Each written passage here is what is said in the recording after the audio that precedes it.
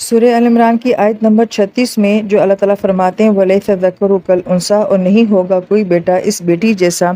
اس کو بعض مفسرین کرام نے بڑا معروفانہ کلام کہا ہے اور اس کو مریم علیہ السلام کی والدہ کی طرف منسوب کیا ہے، اور وہ یہ فرماتے ہیں کہ ان کا یہ کہنا کہ یہ بیٹا بیٹی کے جیسا نہیں ہوتا، کہ ایک میری چاہت تھی، تمنا تھی کہ میرا بیٹا ہوتا، مگر اللہ نے میری چاہت، تمنا اور میری دعاؤں کے اتنے زیادہ مانگے جانے کے باوجود بھی اگر اللہ نے بیٹی دی ہے تو اس کا مطلب ہے کہ اللہ کی چاہت بیٹی دینا تھا، لہٰذا اللہ کی چاہت میری چاہت سے زیادہ بڑی ہے۔ تو گویا کہ اگر جو میں نے دعا مانگی تھی بیٹا، وہ اگر پوری بھی ہو جاتی تو وہ اس بیٹی کی طرح نہیں ہو سکتا۔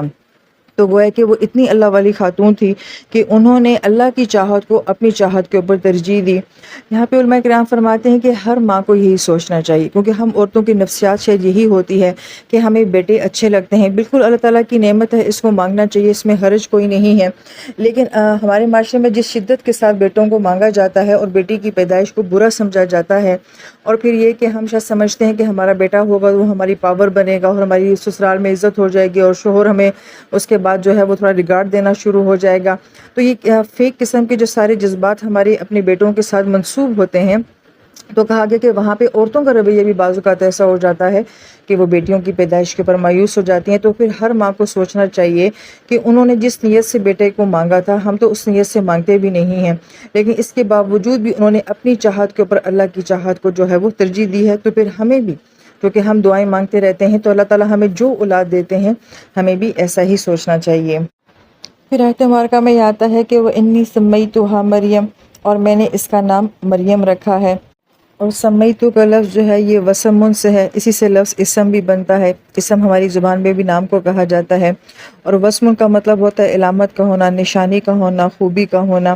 اور اسی سے لفظ بھی سمون بھی بن جاتا ہے جو کسی چیز کی بلندی کو کہا جاتا ہے، سما لفظ بھی جو ہے پھر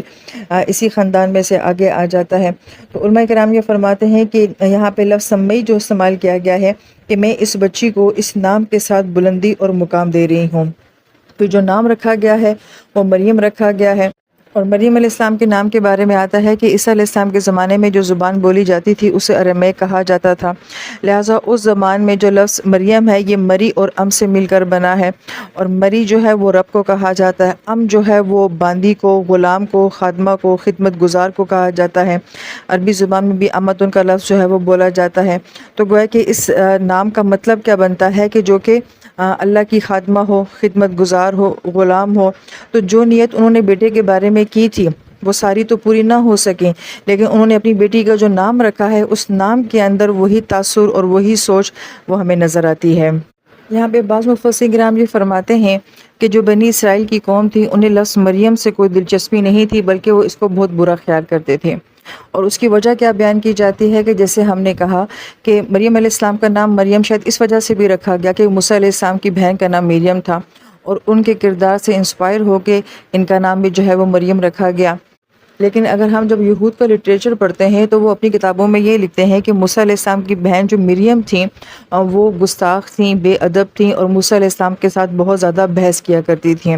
لہٰذا وہ لفظ جو مریم بیان کرتے ہیں اس کا مادہ میم را اور یا کے ساتھ بیان کیا جاتا ہے میرا سے، اور میرا کا مطلب ہوتا ہے کہ دلیل سے بات کرنے والا اور آرگیو کرنے والا۔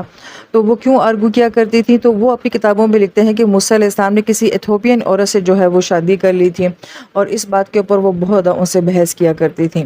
جبکہ قرآن یہ بات کہتا ہے کہ موسیٰ علیہ السلام تو مدین گئے تھے، اور مدین جو ہے اس کا تعلق عرب کے ساتھ ہے، تو آپ نے تو ایک عرب عورت کے ساتھ شادی کی تھی۔ لہٰذا یہود تو یہ کہتے ہیں کہ ہمیں مریم نام اس لیے پسند نہیں ہے کیونکہ وہ موسیٰ علیہ السلام کی بہن کے نام سے ملتا جلتا ہے اور وہ موسیٰ علیہ السلام کے ساتھ بحث و مباحثہ کرتی تھی، جبکہ قرآن جو ہے وہ ساری ہسٹری کو جو ہے وہ ٹھیک کر رہا ہے اور اس نام کو اتنی عزت اور اکرام دیا ہے کہ اس کو اپنے قرآن کا حصہ بھی بنایا ہے۔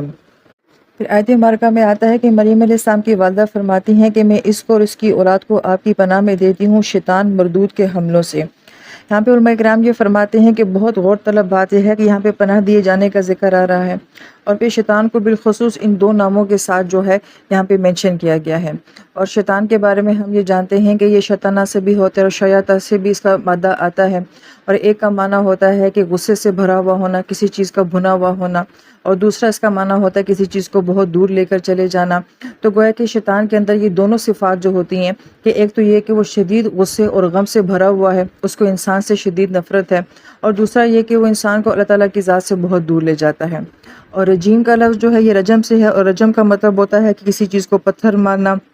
پتھر مار مار کے کسی چیز کو جو ہے وہ ہلاک کر دینا، کسی چیز کا پھٹ کر نکلنا، یہ بھی اس کے لیے لفظ استعمال ہوتا ہے، اور کسی چیز کو دھتکار دینا، دور کر دینا، یہ بھی اس لفظ کے اندر تاثر جو ہے وہ پایا جاتا ہے۔ پھر اگر ان دونوں الفاظ کو دیکھا جائے اور مریم علیہ السلام کی زندگی کو اگر پہلے دیکھا جائے تو ہم یہ دیکھتے ہیں کہ ان کی زندگی میں